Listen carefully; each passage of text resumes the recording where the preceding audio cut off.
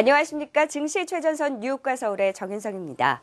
그동안 낙폭이 컸던 종목들이 반등에 나섰습니다. 건설주가 모처럼 기지개를 피며 대우건설, GS건설은 어제장 11% 이상의 상승률을 보였는데요. 유가 하락세 바닥론이 제기되고 주가 역시 바닥 다지기에 들어섰다는 분석에 조선, 정유, 화학주들도 상승세가 두드러졌습니다. 과연 이들 낙폭과대 소외주들의 강세가 지속될 수 있을지, 시장의 주도주로 부상할 수 있을지, 향후 업황 전망과 함께 업종별 탑픽 종목까지 집중적으로 진단합니다. 예, 안녕하십니까. 증시 최전선 뉴욕과 서울의 이승석입니다. 정윤석 캐스터가 얘기했다시피 이 그동안 장기 소외를 받았던 산업재 종목군들의 주가 움직임이 심상치가 않습니다. 최근 들어서 SOE 같은 경우는 저점에서 50%나 주가가 급등하는 움직임을 나타내주고 있는데 과연 이들 종목군들의 이런 강세 원인과 또 향후 전망까지 오늘 꼼꼼하게 다뤄보도록 하겠습니다. 먼저 오늘도 이 내용을 다룰 두 분의 전문가를 모셨는데요. 박영호 주식 아카데미 박영호 대표, 메리츠증권증권 강북금융센터의 최강천 부장 나왔습니다. 안녕하십니까? 네, 안녕하세요. 자, 이 두 분하고 얘기를 나누기 전에 먼저 또 우리 이승원 대표가 이들 종목에 대한 최근 주가 동향과 또 이슈를 먼저 브리핑하도록 하겠습니다. 네, 지금 앞에서 안녕하십니까. 이승원입니다. 자, 앞에서 지금 브리핑을 받으신 대로 최근에 이 산업재 섹터 낙폭과대주들에 대한 반등이 시장에 대한 쪽을 주도를 하고 있습니다. 근데 이런 반등에도 불구하고 코스피 시장에 대한 상승세는 세게 나오지 못하고 있는데요. 먼저 3일간의 수급을 통해서 과연 이런 현상들이 어떻게 펼쳐지는지 살펴보도록 하겠습니다. 자, 지난 3일간이었습니다. 외국인은 약 1,000억 정도의 매도를 했고요. 투시는 2,500억에 가까운 매도를 했고 연기금은 4,600억이 넘는 매수를 했습니다. 그중에 이 왼쪽에 있는 것이 외국인인데요. 외국인 같은 경우 매수 상위권 3일 누적 상위권 종목에 삼성물산과 롯데케미칼, 고려아연을 제외한다라면은 사실상으로는 이 산업재 섹터에 대한 기업들이 없는 상황이고요. 그리고 오히려 투신 같은 경우는 대우조선해양을 제외한다라면 오히려 역시 여기서도 지금 산업재 섹터에 대한 종목을 발견하기 어렵습니다. 그리고 역시 연기금 같은 경우는 전혀 이 산업재 섹터에 대한 종목들 4,600억에 대한 매수가 강하게 전개가 됐음에도 불구하고 찾기 어려운 그런 모습이 있는데 우리가 여기서 하나 알 수가 있는 거겠죠. 그렇다고 해서 매수를 안 한 건 아닙니다. 매수를 하긴 했죠. 근데 아주 적은 금액의 매수로도 지금 이 산업재 섹터 낙폭과대주에 대한 그 종목들이 급하게 올라올 만큼 시가총액이 많이 줄어들어 있다는 겁니다. 그래서 과연 이 줄어든 시가총액의 이 낙폭과대주들 과연 상승세 이 랠리 이끌 수 있을지 상당히 좀 볼 수 있겠고요. 외국인 매수 없는 코스피가 갈 수 있는지 또한 이런 종목들이 외국인 매수 없이 갈 수 있는지 그리고 이 업종에 만약에 계속해서 상승에 대한 랠리가 이어진다면 업종 탑픽은 무엇으로 선정을 해야 되는지 두 분의 전문가로부터 의견을 토실토실 들어보도록 하겠습니다. 예, 뭐 수급이 강력하게 뒷받침이 되지 않고 있지만 주가는 뭐 어쨌든 상당히 강한 움직임을 나타내주고 있죠. 이 두 분에게 제가 이렇게 여쭤보도록 하겠습니다. 이들 종목군들이 지금 이제 어쨌든 거래소의 반등을 이끄는 움직임을 나타내주고 있는데 이런 움직임이 당분간 좀 지속이 될 수 있을까요? 지금 시장에 특별한 지금 대안이 별로 없거든요. 그래서 지속이 될 수 있으리라고 보는데 한 가지 여기서 부언하자고 하면은 업종별로 좀 다르게 접근을 해줘야 될 것 같아요. 최근에 강하게 올라오는 업종들도 꿈이 있는 업종과 그 다음에 단순히 시장 분위기에 따른 업종이 있는데 이것만 잘 구분하시면은 아마 좋은 결과가 낼 수 있다. 저는 이렇게 말씀드리고 싶습니다. 예, 최강천 부장도 또 똑같은 내용을 좀 여쭤봐야 될 것 같습니다. 네, 저는 조금 다른 의견인데요. 지속이 조금은 더 될 수 있으나 우리가 많이 기다리고 있는 추세 전환 또는 뭐 그런 어떤 2,000포인트를 돌파할 수 있는 정말 주도주가 되기에는 아직은 좀 2%가 아니라 한 20%는 모자라지 않나라는 그런 생각이 들고요. 뭐 그 이유는 실적이라는 그리고 매크로 환경이 아직은 썩 우호적이지 않다라는 그 두 가지 요인을 좀 들고 싶습니다. 근데 어쨌든 지금 현재까지 1900포인트대에서 1960포인트대까지 끌어올린 1등 공신 역할은 물론 뭐 삼성전자 주가도 좀 올라왔지만 이들 종목군들의 주가가 시세, 그러니까 시장 어떤 전체적인 흐름보다 굉장히 빠르게 올라오다 보니까 종합주가지수에도 도움이 된 건 맞지 않습니까? 예를 들어서 2,000포인트에서 1,900선을 하회했을 때의 하락 주도주도 이런 종목들이었거든요. 30% 하락해서 지금 강한 종목은 15%, 약한 종목은 10% 정도의 하락이었기 때문에 반대로 얘기하면은 뭐 좀 골이 깊었기 때문에 산이 지금 있는 것이다라고도 저는 좀 표현을 하고 싶어요. 지금 올라온 것만 보지 말고 내려온 것도 얘기를 좀 해야 되지 않을까 생각이 듭니다. 저는 거기에서 아까 얘기하신 중에 중에서 하락 2,000포인트에서 하락시킨 하락 주도주가 이들 업종이라고 했는데 네. 아닙니다. 이들 업종 그 전부터 하락을 했어요. 예. 그 전부터 하락을 했기 때문에 지금 사실 이런 얘기가 있지 않습니까? 낙폭과대만큼 좋은 호재는 없다. 이런 얘기가 있는데 지금 현재 시장에서 대안이 없는 거예요. 지금 휴대폰 관련이라는 대안이 없기 때문에 당분간은 시장 관심주로 떠오를 수밖에 없다. 이렇게 말씀드립니다. 근데 지금 보게 되면 이제 시가총액하고 한번 영업이익에 대한 비교를 한번 보도록 할 텐데요. 잠깐 화면을 통해서 한번 보도록 하겠습니다. 자, 현대중공업의 시가총액이 오늘자 기준에서 8조 7천억입니다. 근데 사실 올해 그 영업이익에 대한 쪽은 3천억입니다. 그러니까 실적으로 이런 종목들이 움직인다라기보다는 내년도 이 영업이익을 보게 되면 9,500억 정도를 예상을 하고 있고요. 재미있는 거는 증권사에서 대우조선의 현대중공업을 탑픽으로 꼽는 게 아니라 대부분 증권사에서 대우조선해양을 탑픽으로 꼽고 있습니다. 조선업종 내에서 얘기하는 네. 거죠? 네. 그죠. 근데 올해 보게 되면은 이 대우조선해양에 대한 실적은 현대중공업을 앞서는 것으로 지금 그 전망이 되고 있고요. LG화학 같은 경우는 시가총액이 13조인데 올해 그 영업이익이 1조 5,500억 정도를 예상을 하고 있습니다. 네. 그러니까 그만큼 작년보다 좋아지고 있고 내년에 좀 더 좋아진다라는 그런 기대감 이런 것들은 좀 작용을 하고 있는데 나머지 기업들, 그러니까 지금 롯데케미칼이 영업이익이 6천억이거든요. 네. 6조 가까운 시가총액에. 그러니까 여기서 올라가게 된다라면은 과연 더 상승할 수 있을 것이냐에 대한 한 20% 정도의 상승 여력은 있다라고 보여집니다. 근데 추가적으로 20%를 더 올라갔을 때 과연 계속 갈 수 있을까에 대한 이제 퀘스천을 시장에서 던질 수가 있는 거거든요. 그러니까 예를 들어서 지금 보게 되면 대우건설, GS건설, 삼성엔지니어링. 그러니까 지금 대우건설 같은 경우, GS건설은 저는 깜짝 놀랐어요. 오늘 보다 보니까 시가총액이 오히려 대우건설보다도 훨씬 더 밑에 있는 그런 모습을 좀 보여주고 있고요. 그리고 도급 순위는 네. 지금 GS건설이 위에 있죠? 네, 그럼에도 불구하고 오히려 시가총액이 더 밑에 있고 오늘 보고서가 바로 나왔더라고요. 그러니까 지금 대우건설 실적 발표하고 보고서가 바로 나왔는데 아주 좋은 실적을 발표하고 7년 만에 최대 실적을 발표했음에도 불구하고 증권사에서는 목표 주가를 not rated로 이렇게 설정하는 그런 증권사들이 나왔습니다. 그러니까 그만큼 이 부분에서 더 갈 수 있을 것이냐에 대한 쪽, 상승은 가능하는데 과연 더 갈 수 있을 것이냐에 대한 쪽에서, 그러니까 코스닥을 갖고 이제 밸류에이션을 들이대는 건 저는 아니라고 생각을 하고 있고, 왜냐하면은 그 가게가 다른 거거든요. 그러니까 코스피는 한정식 집이라면 코스닥은 분식집입니다. 여기는 MSG를 넣어서 맛을 내는 집이고, 코스닥 같은 이 거래소 같은 경우는 이제 사고를 우려내서 하는 집인데, 과연 이런 사고를 우려내서 하는 집에서 이렇게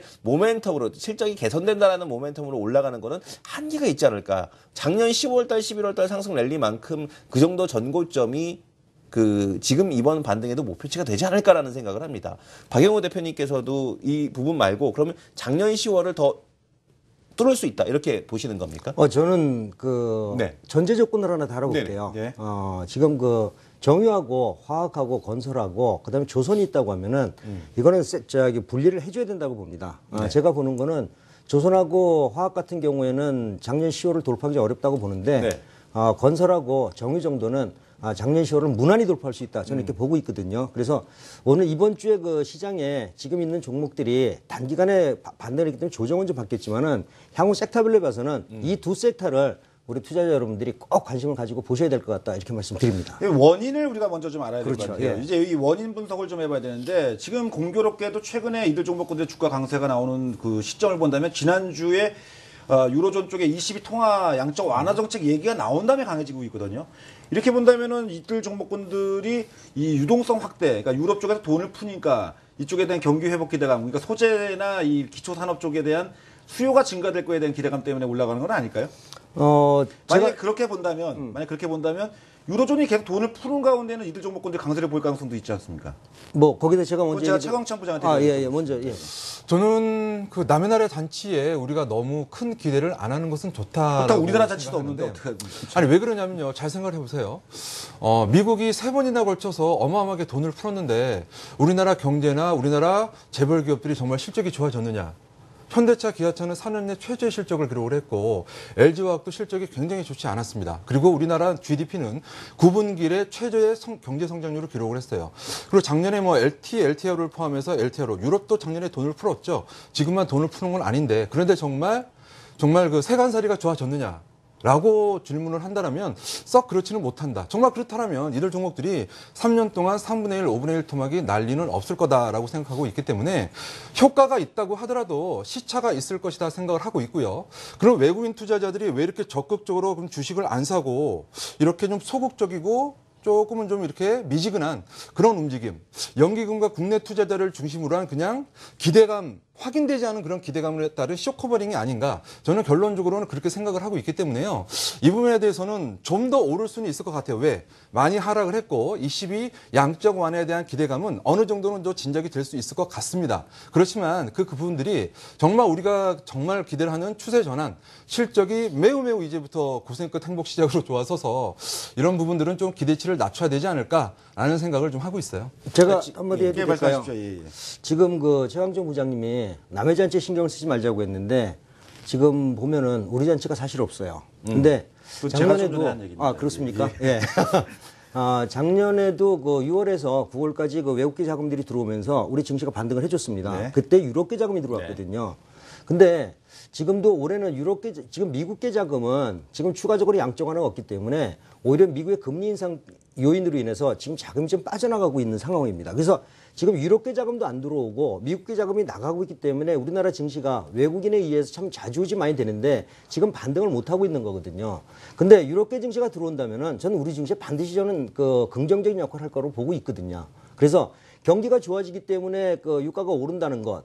그다음에 그동안 유가가 너무나 과도하게 내렸다는 것, 그리고 건설주가 반등해 주는 거는 앞으로 미래 가치가 충분하다는 것, 이런 것들이 반영이 되고 있기 때문에 지금 주가가 반등해 주는 거지 단순히 그동안 낙폭 과대인 것으로 반성하려면은요 아마 작년에 반등해 줬어야 될 겁니다. 네. 그래서 이거는 틀림없이 여러분들이 볼 때는 단기간에 반등이 좀 우려가 되긴 하지만은 저는 단기 조정 후에 추가 반등을 할 것이라고 저는 강하게 말씀드리고 싶어요. 왜냐하면 근데 이제 작년에도 반등은 있었지만, 그러니까 GS건설 같은 경우도 저점 대비해서 반등은 하지 않았습니까? 그럼에도 불구하고 또 한 번 신저가를 가고 10년 내 최저가를 간 다음에 또 반등을 해주는 거거든요. 네. 삼성 엔지니어링도 역시 마찬가지고요. 그리고 이 유럽계 자금이라든 과거 외국인 수급을 보게 되면 미국계 자금 같은 경우는 달러 인덱스에 대한 방향에 따라서 들어오고 나가고가 결정이 되고, 유럽계 자금 같은 경우는 이 환율보다도 유로존에 대한 증시가 강하느냐 강하지 않느냐에 의해서 시장에 대한 한국 이머징 마켓에 대한 자금에 대한 유출입이 결정이 된다라고 합니다. 그렇다면 현재 시장에서 우리 시장으로 안 들어오는 이유는 유럽 시장이 더 좋기 때문에 굳이 한국 시장을 살 필요가 없는 거겠고, 만약에 이머징을 산다고 하더라도 그러니까 내가 만약에 이제 외국인 투자자라면 과연 어디를 살 것인가, 어디다 베팅할 것인가에 대한 쪽에서는 중국일 것 같거든요. 그렇다면 외국인 수급에 대한 쪽 지금 말씀 주신 대로 22 QE가 하겠다라고 진행된 건 아니지만 3월부터 이제 시작이 되겠지만 그럼에도 불구하고 지금 외국인 수급이 이렇게 들어오지 않는다라는 거를 놓고 봤을 때는 과연 코스피 시장이 외국인 수급 없이 우리가 랠리가 오랫동안 지속됐던 적은 사실 우리 대한민국 역사상 없는 거 아닙니까? 그렇죠. 그러니까 이 외국인 매수가 들어오지 않는다라면은 여전히 저는 들어올 거라고 보는 거죠. 네, 저는 들어올 거라고 보는 거죠. 네. 자, 지금 투자에 대한 얘기를 하셨는데 네네. 지금 투자 자금의 섹터를 보면 채권하고 주식하고 구분이 되잖아요. 네네. 그러면 그쪽에서도 어느 한 나라에다 몰빵하는 게 아니라 네. 이 배분을 좀 할 겁니다. 물론 네. 얘기하신 대로 우리나라보다는 네. 중국이 좀 긍정적일 수도 있지만은 우리나라를 외면할 수 없는 게 그래도 우리나라는 경제적으로 다른 이머징 국가에 비해서 안정적이거든요. 그리고 채권 금리라든지 이런 것들도 보면은 다른 나라에 비해서 상당히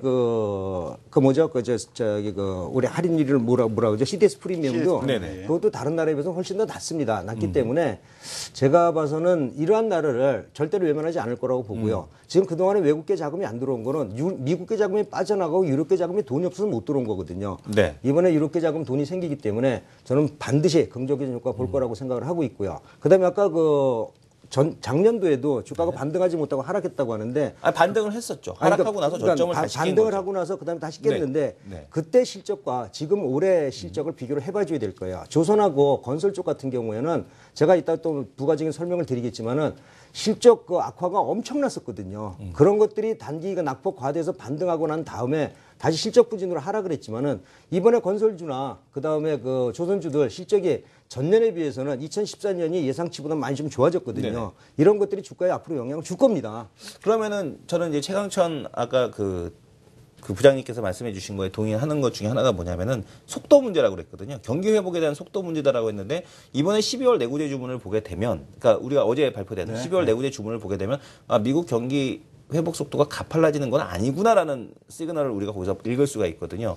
그렇다면 이 속도 문제에 의한, 그러니까 여태까지 나타났던 게 뭐냐면은 미국은 경기 회복되는 거 알겠다. 근데 다른 지역은 전혀 경기가 회복이 안 되고 오히려 지금 경기 회복 전망치도 지금 보게 되면 IMF에서 낮추지 않았습니까? 이런 걸 놓고 봤을 때 과거처럼 그러니까 랠리가 진행이 되기보다는 상승을 하더라도 스텝 바이 그러니까 그 계단식으로 한 단계 레벨업되고 한동안 또 박스권 가고 이런 식의 가능성은 있지 근데 않을까요? 이제 한 가지 제가 이제 네. 저도 여기서 좀 부연 설명해서 네네. 좀 말씀드리자면 이제 미국 쪽을 자꾸 포커싱을 두는 것보다 어쨌든 이 산업재 종목군들은 중국이나 중동 쪽이거든요.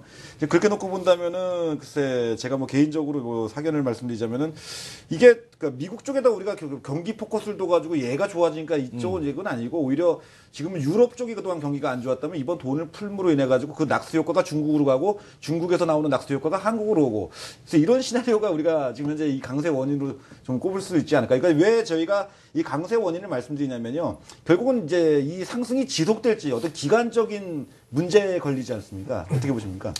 이게 시차가 있죠. 그 기대는 일부는 할 수 있을 것으로 좀 보여져요. 그런데 과연 다른 섹터 모멘텀이 있고 성장 속도가 가파른 즉 중국의 소비의 모멘텀을 바로 얻고 있는 그런 섹터에 비해서 얼만큼 빠른 속도로 실적이 회복이 될 것이냐라는 부분들에는 퀘스천 마크가 있는 거죠. 근데 우리가 생각할 수 있는 거 하나는 이제 여기서 뭐냐면은요. 이제 문제의 단초는 결국 물론 신규 매수로 수익을 보는 것도 수익을 보는 거지만 우리 그 투자자분들 중에서 이들 종목 가지고 지금 현재 굉장히 힘들어하시는 분들이 많거든요. 그럼 정리라도 해야 되는데 지금 해야 되느냐 아니면 좀 더 기다려봐도 되느냐의 이런 기간적 문제가 또 걸리지 않습니까? 이건 어떻게 생각하세요? 그 부분에서는요, 저는 주도주가 되기는 좀 어렵다라고 봐요. 지금 오늘 주제가 이들 소재 산업재가 주도주가 될 수 있느냐가 주제 아닙니까? 네. 근데 주도주라는 것은 뭡니까? 이 시장에서 가장 좋은 산업이 주도주잖아요. 그죠? 그 가장 좋은 산업은 산업이 화랑을 기록을 하면서 실적이 아주 고공행진을 하는 것을 우리가 주도 산업, 주도 섹터, 주도 종목이라고 얘기를 하지 않았습니까? 네. 그런데 아직까지는 그런 주도주, 주도 섹터라고 얘기하기는 부족하다는 뜻이고 반등은 추가적으로 이어질 공사는 있다라고 좀 보여지는데 그 반등의 폭은 하나 둘씩 좀 정리가 되는 부분들이 좀 있겠어요. 예를 들어서 먼저 움직였던 게 제가 보기에는 은행 업종인 것 같아요. 은행이 가파르게 좀 떨어지면서 반등 줬다가 오늘 한번 쾅 떨어지는 움직임이 나타났고 일부 또 케미칼 쪽의 어떤 종목들도 반등이 좀 약화되는 그런 움직임이 좀 나타나고 있는 것 같습니다. 이런 어떤 흐름들도 순환매를 타는 어떤 그런 흐름들이 좀 나타나고 있기 때문에 이 순환매 과정이 아직까지는 완결이 좀 되지 않았다라고 저는 생각을 하고 있거든요. 그래서 오늘 뭐 삼성 SDS라든가 이런 종목군들이 급반등을 하는 그런 모습인데 마지막은 이제 현대차하고 기아차가 마무리를 하겠죠. 왜? 급락하고 나서 못 올라왔으니까 휘다리를 이렇게 마무리를 할 거예요. 그렇게 된다면은 어느 정도 이런 기대감, 낙폭 과대에 따라서 ECB 모멘텀 그리고 약세 흐름에서 일부 정말 실적이 개선이 되는 그런 종목들도 일부는 있습니다. 뭐 예를 들어서 롯데케미칼 같은 종목은 기대감이 좀 커요. 네. 이런 종목군들이 그래서 일부 이 낙폭과대 종목들의 반등 주도 섹터, 주도 종목이다라고도 얘기를 할 수 있겠습니다만은 이렇게 한 차례 삥 이렇게 돌고 나서 그리고 나서 정말 제대로 한번 승부가 나지 않을까라는 그런 생각이 좀 들어요. 알겠습니다. 그러니까 지금 의견이 좀 엇갈리고 있습니다. 네. 그러니까 스튜디오 내에서 이제 우리 박영호 대표는 이들 업종군들에 대한 긍정적인 시각을 말씀해 주시는 반면에 이제 최강천 부장, 그다음에 우리 이승원 대표도 약간 중립 내지는 중립 이하 정도의 시각을 갖고 계신 것 같습니다. 하지만 이 두 분에 대한 얘기는 둘 다 맞는 것 같습니다. 왜냐하면은 이 황희정 종목으로 선수 보게 되면 사실은 이 박영호 대표님 같은 경우는 이 고객분들에게 계속해서 22전에 이 낙폭과대주에 대한 배팅을 얘기하셨었고 또 최강천 부장님 같은 경우도 지금 컴투스라든가 NC소프트 뭐 대단한 이렇게 했기 때문에 사실은 두 분 얘기 다 둘 다 맞는 것 같은 이런 생각이 듭니다. 우리 이승원 대표가 착해졌네요, 요즘에. 자, 그렇다면 이제 네, 좋습니다. 근데 그렇다면 이제 어쨌든 의견이 엇갈리는 거에 대한 부분은 시장을 보는 시각이 제각각 좀 다른 거라고 이렇게 이해 좀 해주시고요. 그렇다면 요즘에 올라오는 강세 업종 쪽, 그러니까 화학 쪽, 정유 쪽, 건설 기계 뭐 이런 종목군들 중에서 굳이 또 업종 섹터 중에서 굳이 여러분들이 여기서 좀 꼽으시자면 지금 뭐 부정적으로 얘기하시는 분도 그렇고 긍정적으로 얘기하시는 분이 계시는데 예. 먼저 박영호 대표께서는 어느 쪽 섹터를 지금 현재 저는 섹터를 구분하자고 말씀드렸어요. 예, 예. 섹터를 구분해 줘야 되는데 일단 화학업종 섹터는 저는 일단 좀 배제를 하겠습니다. 지금 롯데케미칼 오르고 있지만은 1분기 실적이라든지 이런 것들이 그렇게 예상치보다 나빠질 것 같아서 화학업종은 배제를 하겠지만은 저는 관심을 두고 있는 거는 정유업종하고요. 자, 자료화면 보면서 말씀을 하실까요? 예, 예. 네. 정유업종하고 이제 건설업종을 한번 봐줘야 되는데 일단 정유주 같은 경우에는 최근에 그 달러 인덱스하고 유가를 한번 비교를 해보셔야 될 겁니다. 지금 최근에 달러 인덱스가 급등을 했습니다만은 사실 WTI는 달러 인덱스 반등폭보다도 훨씬 많은 폭이 떨어져서 50%가 떨어졌는데 이건 뭐 셰일가스 영향도 있긴 하겠지만은 사실 근본적으로 보면은 너무나 낙폭과되기 때문에 이제 추가적으로 하락하기 위해서는 어떠한 다른 모멘텀이 필요하다는 거죠. 경기가 굉장히 나빠진다는 이런 모멘텀이 필요할 텐데 네. 지금 유가는 이 정도 부근에서 지지를 받을 것으로 보고요. 만약에 이 시비에서 경기 확장 정책을 쓰면서 경기가 좋아진다고 하면은 유가는 반등할 거로 봅니다. 정유업체들의 특징이 뭐냐면은요. 현재 가지고 있는 재고 자산들, 선물로 들여오는 자산들이 유가가 하락하면 하락할수록 재고손이 굉장히 반영이 재고손이 되거든요. 나오죠, 그치. 근데 만약에 유가가 고정적으로 있는 상황에서 유가가 반등을 해준다면은 그 재고손이 환입이 되면서 실적이 좋아질 수밖에 없습니다. 네. 그래서 유가가 앞으로도 떨어지지 않는다면 정유주는 실적이 나빠질 리가 없다라고 좀 보고 있고요. 그다음에 조선업종 같은 경우에는 사실 셰일가스에 대한 기대감들이 상당히 컸거든요. 그래서 가스 운반선을 계획을 했었는데 실은 셰일가스 가격이나 셰일석유 가격이 떨어지면서 사실 좀 어려워졌어요. 오늘 그 오바마 대통령이 해저 광구에 대한 개발을 얘기하는데 사실 그러한 것들이 어떻게 모멘텀이 되면 될지 모르겠지만 요즘에 해저 광구도 사실 어떻게 됩니까? 유가가 안 맞아서 좀 어렵거든요. 타산이 안 맞죠? 예, 네. 그런데 건설 섹터는 작년하고 올해하고 완전히 다르게 봐줘야 될 거예요. 건설 섹터 같은 경우에는 2012년도하고 그다음에 최근 2015년도하고 수익 구조가 완전히 달라지거든요. 그래서 올해는 저는 그 시장에서 탑픽이 될 수 있는 거는 전 건설업종이라고 감히 말씀 제가 드리겠습니다. 그러니까 이들 최근 이제 올라오는 산업재 종목군 중에서 이제 건설업종이 제일 좋다라고 이렇게 앞으로도 좋을 거라고 저는 예, 말씀드리겠습니다. 알겠습니다. 정부의- 최은청 부장의 의견은 없으십니까? 저는 아까 모두에 말씀드렸듯이 현대차, 기아차가 한번 남아있다라는 그런 생각이 들어요. 올라와야 된다는 거죠. 네, 올라와야 된다는 거. 그래야지 이런 어떤 저는 뭐 수급으로 보면 좀 쇼커버링 성격이 강하다라고 좀 판단을 하고 있기 때문에요. 그래서 이런 쪽을 좀 단기적으로는 관심이 좀 있을 필요가 있다. 그렇게 좀 말씀을 좀 드리고 건설세타 우리 박용호 대표님께서 말씀을 하셨는데 건설주 같은 것도 이제 삼성 엔지니어링 오늘 같은 시세는 한번 따라잡아도 되는 그런 시세라고 좀 보여집니다. 조금 더 남이 워낙에 많이 빠졌기 때문에 많이 빠진 만큼 또 반등도 강할 수 있다라는 그런 논리라면 오늘 같은 시세는 좀 봐도 되지 않나라는 그런 판단 들고요. 나머지 이제 또 GS건설 조금 더 추가적인 진행이 가능하겠고 실적도 좀 괜찮게 나온 것 같아요.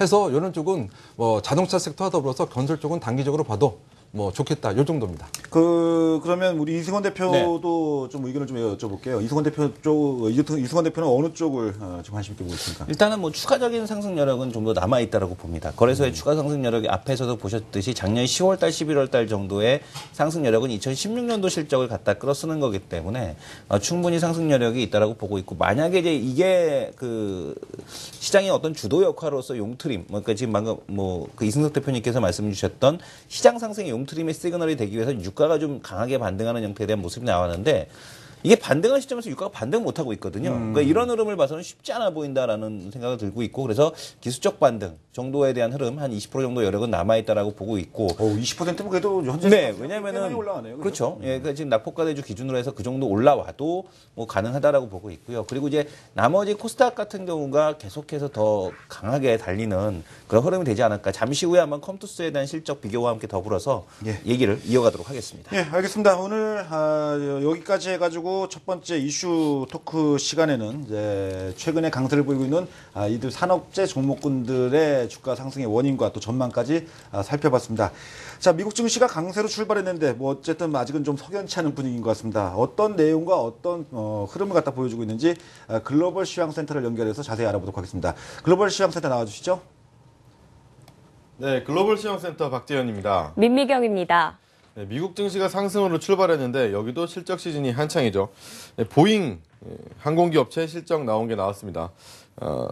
개장 전에는 3% 정도 상승을 하더니 기대치를 스매시했다라는 이야기가 있었습니다. 그래서 지금 현재로는 4.6% 정도 상승하고 있는 것으로 보이는데요. EPS 기준으로 10%가량 비트를 했고 그리고 지난 동기 대비해서는 15% 정도 EPS가 상승하는 걸 볼 수가 있었습니다. 경제 지표도 좋았습니다. 신규 주택 판매가 셌는데요. 48만 1000건 나오면서 기대치였던 45만 또 이전에 43만 1000건을 크게 좀 앞서는 모습이었습니다. 그렇다면 미국 증시에 어떻게 흘러가고 있는지 살펴보겠습니다.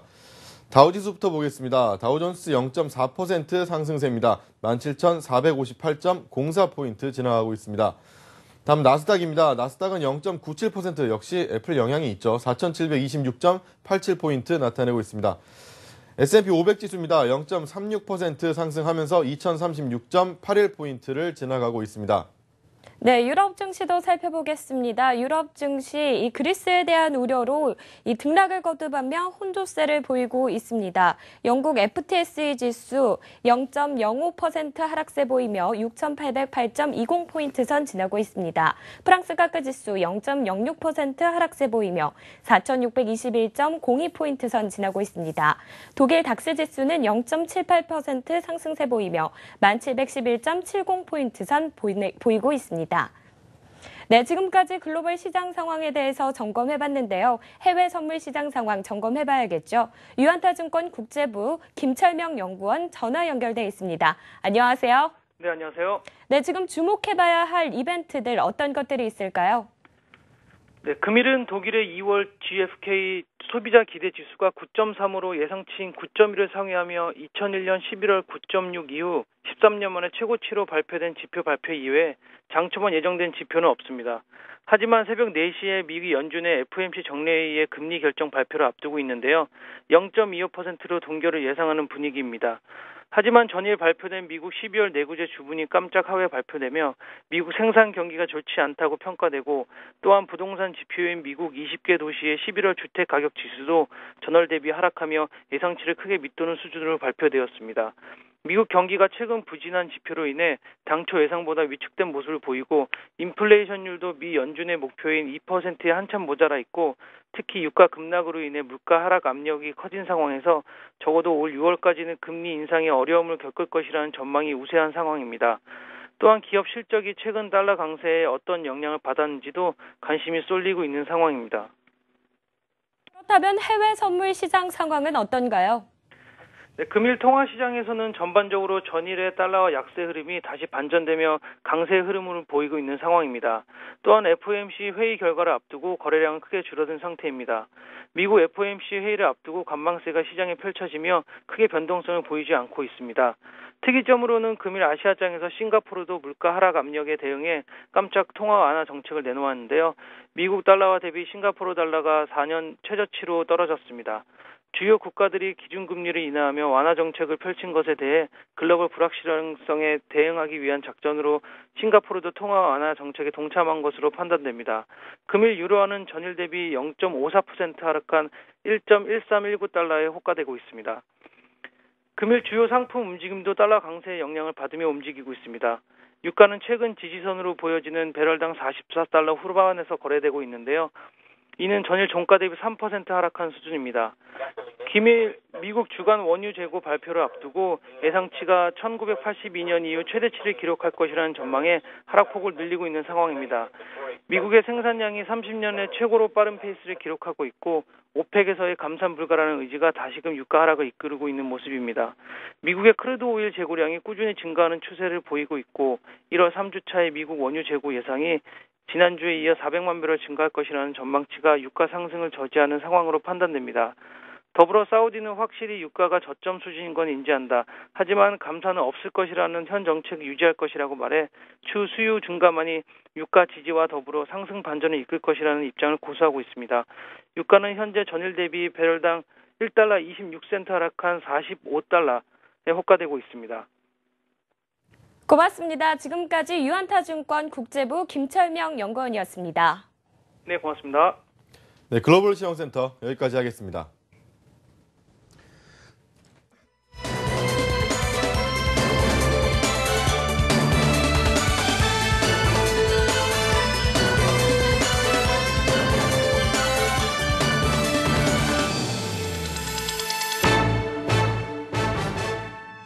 예, 미증시 강세 출발하고 있군요. 애플의 어닝 서프라이즈, 이게 미국 증시의 강세를 이끌고 있습니다. 어쨌든 뭐 실적 시즌의 반전 드라마를 만들고 있지 않나 이렇게 보여집니다. 우리도 실적 살펴봐야 되겠죠. 이번 주 월요일부터 저희 증시 최전선 뉴욕과 서울이 우리 시청자 여러분들 준비한 IR 센터, 남들보다 한 발 앞서서 실적을 살펴봅니다. 오픈 세트에 정윤석 캐스터가 자세한 내용 설명드리도록 하겠습니다. 네, 미리 보는 IR 센터입니다. 어제장 마감 후에 실적 발표한 기업들의 4분기 실적 발표 내용 먼저 전해드리는 시간이죠. 어제장 마감 후에 드디어 SK하이닉스의 실적이 발표됐습니다. 먼저 살펴보시죠. 네, 역시나 호실적을 발표했습니다. 매출액 5조 1,479억 원을 기록하면서 전년 동기 대비 52.9% 증가한 것으로 나타났습니다. 영업이익은 1조 6,671억 원을 기록하면서 전년 동기 대비 112.4%나 증가한 것으로 나타났고요. 순이익은 1조 6,240억 원 기록하면서 105.8% 증가한 것으로 나타났습니다. SK하이닉스 어제장 0.1% 강세를 보이면서 49,200원에 마감이 됐습니다. 다음으로는 LG 디스플레이 실적도 살펴보겠습니다. 11분기 연속 영업이익 흑자를 기록했습니다. 매출액은 8조 3,419억 원을 기록하면서 전년 동기 대비 17.8% 증가한 것으로 나타났고요. 영업이익은 6,258억 원 기록하면서 전년 동기 대비 무려 143.5% 증가한 것으로 나타났습니다. 순이익 역시 전년 대비 무려 450% 가까이 증가를 하면서 역시나 호실적을 발표를 했습니다. LG 디스플레이 그러나 주가는 약세로 마감을 했습니다. 1.23% 약세를 보이면서 36,050원에 마감이 됐습니다. 자, 다음으로는 대우건설의 실적도 살펴보도록 하겠습니다. 2014년 연 매출 역대 최대 매출을 기록을 했습니다. 매출액은 2조 6,849억 원을 기록하면서 전년 동기 대비 29.7%, 30% 가까이 성장을 했고요. 영업이익은 흑자 전환에 성공합니다. 955억 원을 기록했습니다. 순이익은 92억 원을 기록하면서 역시나 흑자 전환에 성공한 것으로 나타났습니다. 어제 주가 큰 폭의 급등세로 마감을 했는데요. 11%나 급등을 하면서 6,250원에 마감이 됐습니다. 다음으로는 GS 홈쇼핑의 실적도 살펴보도록 하겠습니다. TV 홈쇼핑 매출 부진으로 매출액은 증가했지만 수익성은 다소 악화된 것으로 나타났습니다. 매출액은 5.1% 증가하면서 3,087억 원을 기록을 했고요. 영업이익은 378억 원을 기록하면서 전년 동기 대비 17.4% 감소한 것으로 나타났습니다. 순이익은 11% 증가하면서 338억 원을 기록했습니다. 자, GS 홈쇼핑은 보합으로 마감을 했습니다. 20만 1,700원에 마감이 됐습니다. 자, 마지막으로 LS산전의 실적까지 살펴보도록 하겠습니다. 그래도 비교적 선전했다는 평가가 나오고 있습니다. 매출액은 전년 동기 대비 8.3% 감소한 6,170억 원을 기록한 것으로 나타났고요. 영업이익은 509억 원을 기록하면서 전년 동기 대비 7.7%, 8% 가까이 성장한 것으로 나타났습니다. 순이익은 56.4% 감소한 139억 원을 기록한 것으로 나타났습니다. 자, LS산전은 어제 0.16% 약세를 보이면서 6만 400원에 마감이 됐습니다. 내일 이들의 주가 향방 어떻게 나타날지 함께 확인해 보시기 바랍니다. 이상 미리 보는 IR센터였습니다. 네, 이번 실적 시즌은 스타트는 별로 좋지 않았는데 그래도 시간이 지나면서 실적이 좀 개선되는 움직임이 나오고 있죠. 그제죠. 그 실적들이 좋았고 오늘 뭐 주가들의 움직임이 상당히 좋았는데 자, 오늘 전반적인 국내 기업들의 실적 발표 내용 어떤지 먼저 이승원 대표 좀 총평을 해주시죠. 일단은 뭐 IT 주도는 상당히 좋았구나라는 걸 확인할 수 있을 것 같습니다. 네. SK하이닉스 그런데 이제 실적대로 이제 움직일 것이냐에 대한 쪽에서는 아직까지는 SK하이닉스를 어떻게 보게 되면 시장에서 못 잡아먹어서 안달인 분들이 상당히 많은 것 같습니다. 누가 이렇게 못 잡아먹습니까? 그러니까 뭐 지금 전반적으로 SK하이닉스 조금만 증설이 있다 보면은 뭐 전부 다 이제 뭐 하락할 거다 이런 쪽에 얘기를 하는데 글쎄요, 과연 이 반도체 업황에 대한 쪽 시장에 대한 기대와는 달리 계속해서 성장에 대한 쪽이 지속되고 있구나라는 걸 확인할 수 있었고요. LG 디스플레이 같은 경우는 특징적인 내용이 바로 이거였습니다. 배당금을 확대하겠고 이것이 일회성이 아니라 지속적으로 늘려나가겠다. 지금 LG 디스플레이가 됐건 SK 하이닉스가 됐건 아마 이 잉여 현금 흐름에 대한 쪽이 주목되는 그런 시장이 온다라면은 이 기업들이 좀 급등하지 않을까. 오늘 보잉이 미국에서 급등하는 이유가 이 잉여 현금 흐름에 대한 쪽에 대한 기대감 때문에 급등하고 있는데 이런 그 시장에 대한 쪽 주목을 좀 하셔야 될 것 같고요. 역시 내수주들은 좀 좋지 않은 것 같습니다. 오늘 뭐 GS 홈쇼핑이 나오긴 했습니다만 지금 그 외에도 오늘 실적 발표한 기업들 보게 되면 신세계 인터내셔널, 신세계 푸드, 이마트 전부 실적이 안 좋았거든요. 네. 역시 내수에 대한 쪽에 대한 정부 부양 정책에 대한 쪽이 좀 더 필요하지 않은가 이렇게 보여집니다. 그 세금 더 가져가니까 좀 심리가 좀 떨어지는 거 아니에요? 네, 맞습니다. 예, 네. 알겠습니다. 먼저 이 두 분께도 이제 오늘 실적 나온 거를 좀 여쭤보겠는데요. 우리 박영호 대표한테 먼저 SK 하이닉스에 대한 실적 평가 좀 해주시죠. 하이닉스요? 예. SK 하이닉스는 대표적인 게 그 SK 그룹이 이제 인수를 하면서 경영 안정화를 꾀했다는 게 아마 상당히 중요한 포인트일 것 같고요. 이런 것들은 계속 주가에 작용할 거로 봅니다. 그 다음에 또 하나는 반도체 치킨 게임에서 살아남은 게 거의 삼성전자하고 SK 하이닉스라고 보면은 앞으로도 이들 회사 반도체 물량 좀 더 생산이 늘어날 것으로 봅니다.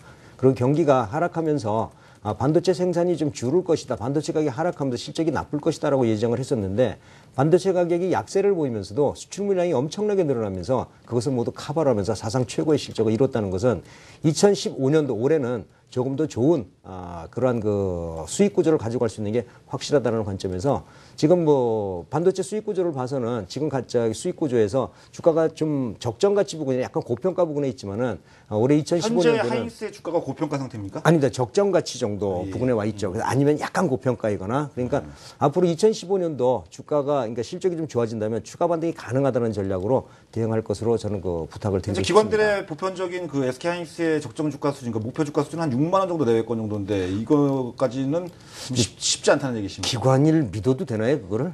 글쎄요, 뭐 믿기는 싫은데 어쨌든. 근데 제가 보는 그 SK 하이닉스의 적정 주가 가치가 5만 원 정도 지금 보고 있거든요. 그래서 2015년도에 실적이 좀 좋아진다면은 6만 원 정도 터치는 충분히 가능할 거다. 저는 이렇게 보고 있습니다. 예, 알겠습니다. LG 디스플레이의 실적도 오늘 괜찮았던 것 같습니다. 어떻게 평가하십니까? 네, 그렇습니다. 순이익이 한 3,900억 정도니까 시장의 예상치를 충분히 상회하고도 남은 그런 좋은 실적이 좀 나왔다 이렇게 얘기를 할 수 있을 것 같고요.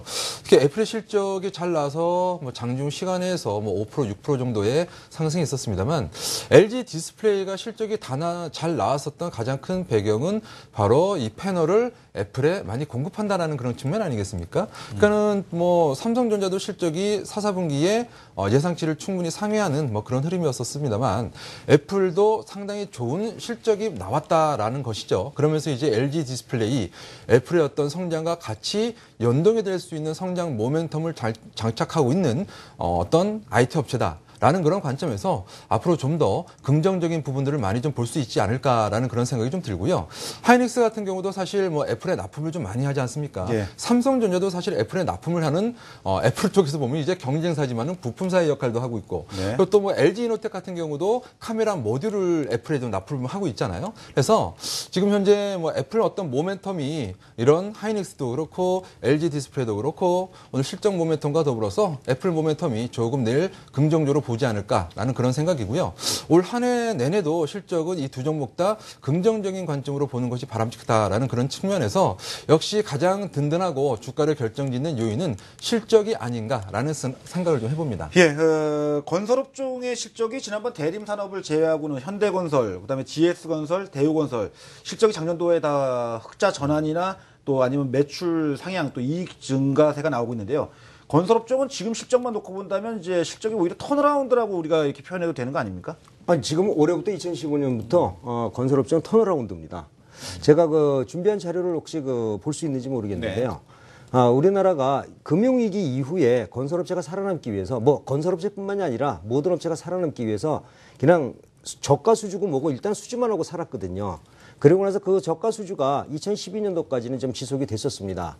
그러나 2012년도 지나고 나서는 저가 수주를 도저히 해서는 안 되겠다는 것 때문에 그다음에 고가 수주로 들어섰고요. 그리고 그 이후에 건설업체들의 그 영업이익이나 이렇게 순이익을 보면은 전반적으로 요 자료 화면 좀 설명을 좀 해주시죠. 자료 한 점 보시면은요. 지금 2008년도 금융위기 이후에 사실 해외 건설 수주입니다. 해외 건설 수주인데 지금 3년 동안 2012년도, 13년도, 14년도간 600억 불 이상의 그 해외 수주를 실적을 기록하고 있는데 이게 2012년도 이후에 고가 수주 영향이라는 거죠. 그 이전까지는 저가 수주 문제 때문에 사실 건설업체들이 굉장히 손해를 수익이 많이 줄었잖아요.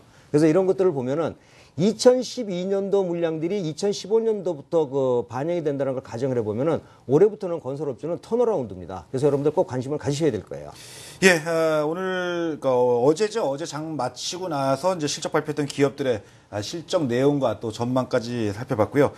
자, 여기까지 해서 IR 센터 내용 마치도록 하겠습니다. 이제 오늘 증시 잠시 후죠. 잠시 후에 우리나라 시간 새벽 4시 이후에는 미국 FOMC 회의의 결과가 이제 공개될 예정이고 또 여기에 이제 또 내일도 또 국내 기업들 실적 발표 예정돼 있고 아주 뭐 요즘 화려합니다. 이슈하고 내용들이 화려하다 보니까 증시에서 우리가 다룰 내용이 많은데 투자 전략을 이제 구성해 보도록 하겠습니다.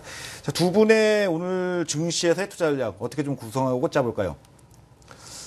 저는 단기적으로 지난주에도 제가 와서 이제 1950포인트 단기 저항 받고서 1980포인트까지 열려 있다라고 했는데 지금 그 전략은 그대로 유지를 하도록 하겠습니다.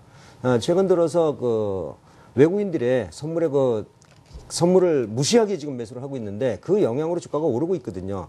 근데 단기적으로 지금 고점 부근에 와 있기 때문에 추가적으로 반등하더라도 1980포인트 이상은 좀 돌파하기 어렵다라고 봅니다. 최근에 외국인들이나 기관들의 2월 선물 옵션 만기 옵션 만기 포지션을 봤을 때 1980포인트에 가드라인을 딱 쳐놓고 있기 때문에 지금 봐서는 그 이상은 좀 못 올라갈 것 같아요. 그래서 뭐 지난 시간에는 그 제가 포지션을 보여드렸는데 이번 시간에도 뭐 자료가 되면 한번 보여드릴 수 있는 거고요. 그래서 지금 현재 봐서는 전반적으로 1980포인트는 지금 우회가 막혀져 있다라고 봅니다. 그래서 반등을 하더라도 1980포인트를 넘어가지 못할 거다. 언제까지? 2월 만기까지는 특별한 저희가 없는 한 그 정도 부분에서 박스권을 만들 것 같다고 봅니다. 그래서 저는 1950포인트에서 1980포인트 박스권 간의 전략을 세우는 게 가장 유리하다 말씀드리고요.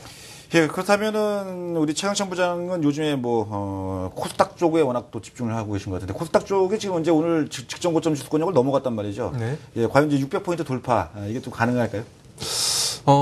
글쎄요. 뭐 가능은 하는데 과연 오늘이냐 내일이냐 모레자.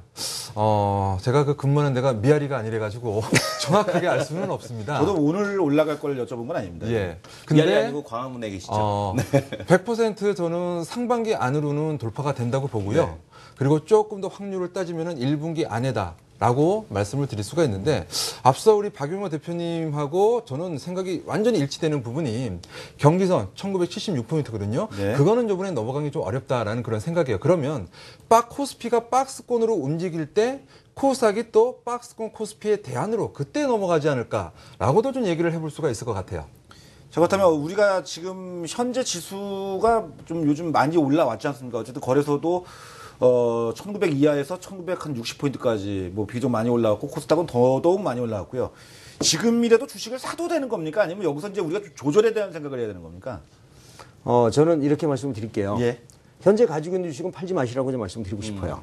왜? 아직도 한 파동이 더 남았다고 봅니다. 근데 만약에 여기서 1980포인트 정도 고점이 올라가면은 저점에서 매수한 것들은 차익 실현 좀 하자라고 말씀드리거든요. 그러면 한파동이라는 거는 어디까지 보시는 거죠? 1980포인트 정도까지. 그러니까 지금 만약에 올라가면 20포인트 파동. 정도, 짧은 파동 정도 되면은. 그거에 뭐 하루에도 올라갈 수 있는 포인트 아닙니까? 올라가면은 그때는 많이 올라간 것들은 차익 실현 좀 하셔야 될 거예요. 그래서 만약에 내일이라도 반등을 해준다면은 추격 매수는 조금 유보하시자라는 말씀을 드리고요. 한파동 정도. 예. 계속해서 이 박스권. 그렇죠. 흐름. 예. 박스권 흐름을 유지를 하고 단기간에 봐서는 지금 기관 외국인이 상승 전략을 만들고 있는 건 맞습니다. 그렇지만은 현재 그 2월달 만기 포지션이 1980포인트 이상을 막아놓고 있기 때문에 추가적으로 반등하려면 아주 강한 힘이 있어야 되거든요. 강한 힘이 나오기 전까지는 일단은 조금 주의 좀 해보자라는 거고요.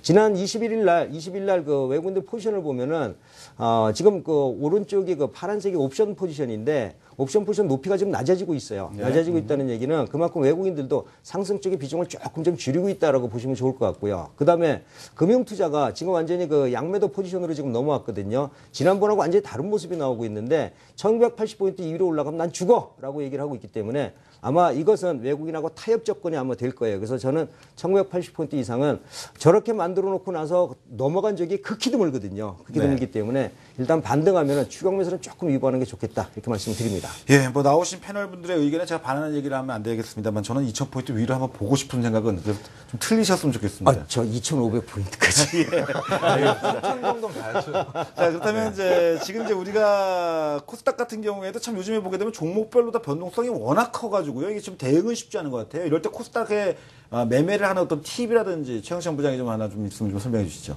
58내사죠. 오르면 팔고 내리면 사는. 그건 아니고요.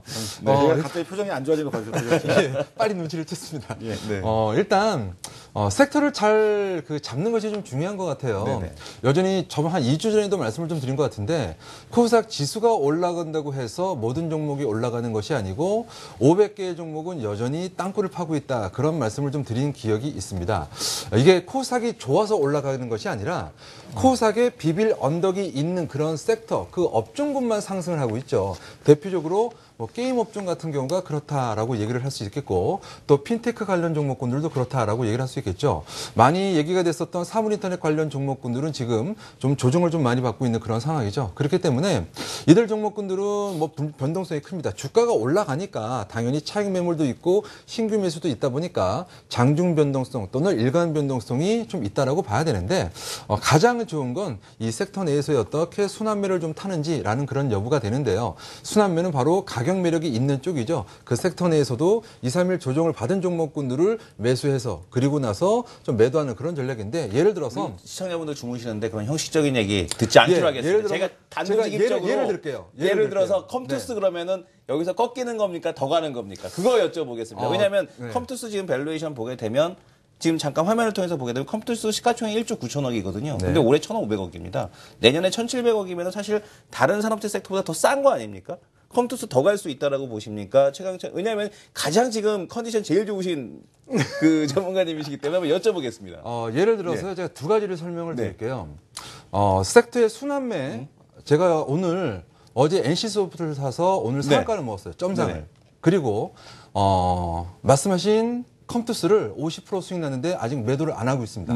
아직도? 예. 더 갈 수 있다는 얘기죠. 아. 게임빌은 매도를 했어요. 45% 게임빌은? 수익으로. 그렇다면은 남은 얘기는 뭐냐 하면 가격 매력이 있는 쪽으로의 게임주의 순환매를 타라라는 그런 얘기고요. 게임주의 핵심은 중국의 소비 성장의 어떤 핵심이기 때문에 라고 얘기를 해야 되겠죠. 즉 제가 계속 말씀을 드리듯이 비빌 언덕이 있는 섹터가 가장 좋다라는 것이죠. 그렇기 때문에 이런 것이 저는 주도 섹터라고 하고 성장과 기대감, 그것 따른 어떤 실적에 대한 모멘텀이 가장 중요한 것이 게임주라고 생각하기 때문에 컴투스는 아직도 그 여력이 상당히 많이 있다라고 생각을 하고 있어요. 그렇기 네. 때문에 어제 21만 5천 원의 고점, 단기 고점이 나와도 팔지 않았던 거고, 그리고 또 다른 종목들에 대해서도 여러 가지 좀 준비들을 좀 하고 있습니다. 게임 섹터에 대해서도. 되는 쪽에 붙어야 시세가 나는 거고, 아무리 시세가 반등이 나타난다고 하더라도 컴투스의 50%, 게임빌의 45%, NC소프트의 점상, 물론 그거는 좀 운이었어요. 이거 지분 경기 있는지 몰랐습니다. 그렇기 때문에 이런 시세가 더 화려한 시세다라고 저는 얘기하고 싶어요. 예, 점상 날라갔다 먹었다 막 그러니까 무슨 무역지 보는 거네요. 자, 여기까지 해가지고 전략까지도 살펴봤고요. 지금 현재 미국 증시 쪽이 상승폭이 좀 줄어드는 가운데 국내 야간 선물 동향은 어떤지 좀 살펴보도록 하겠습니다. 현재 야간 선물 지수는 정규장, 어제 정규장 대비해가지고 0.2% 정도 내외권 약세로 현재 진행되고 있습니다. 아직 FOMC 회의의 결과가 나오지 않았기 때문에 야간 선물이나 미국 증시의 방향은 잡히지 않은 걸로 이렇게 보여지고 있고요. 현재 외국인들은 499계약 매도 우위, 개인이 500계약 정도 매수하면서 현재는 약간의 밀려서 진행되고 있습니다. 자, 이제 마지막 시간이죠. 오늘도 이 두 분의 또 전문가분들의 종목을 좀 살펴볼 필요가 있겠습니다.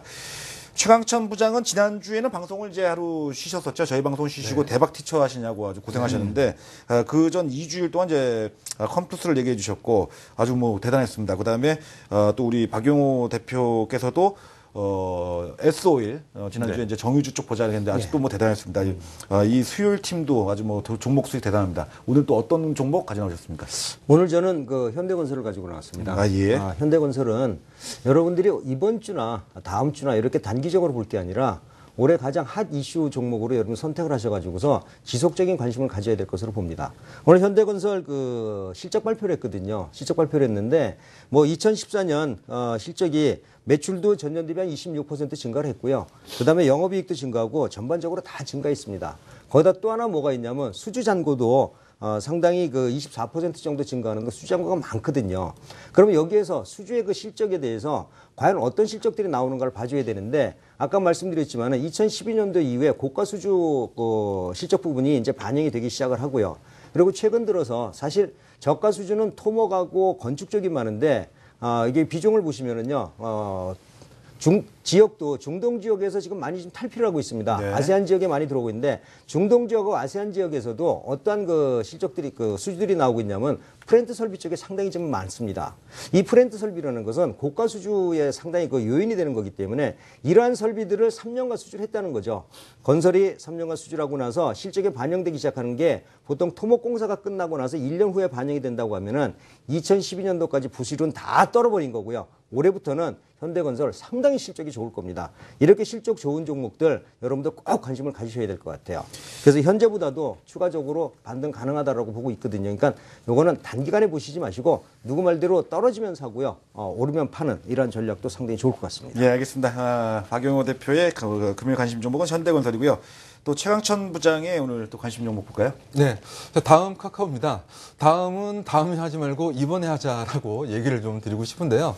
왜 그러냐면 앞서 코사기 지금 사실 좀 많은 투자자들이 관심을 좀 갖고 있고 5년간의 어떤 박스권을 사실상 넘어가고 있다. 다만 이제 600이라는 라운드 넘버가 남아있다라는 그런 생각이 듭니다. 그렇다면 일단 뭐 다음 카카오 같은 종목이 지금 현재 코스닥 시장 쪽에서 좀 어떤 600포인트 돌파에 선구자가 좀 되지 않을까라는 그런 생각이 첫 번째고요. 두 번째는 뭐냐면은 지금 사실 핫하다라고 얘기를 할 수 있을 것 같아요. 한 3주 전부터 컴투스를 2주 연속 추천을 했을 때도 가장 핫한 것이 지금은 게임이다라고 얘기를 드렸고 지금 또 가장 정부에서 핫하게 밀어주고 있는 그런 바로 산업이 이런 바로 핀테크 산업, 모바일 플랫폼 산업이다라고 얘기를 할 수 있기 때문에 뭐 카카오 같은 경우는 뭐 90% 이상의 점유율을 가지고는 플랫폼을 장착을 했기 때문에요.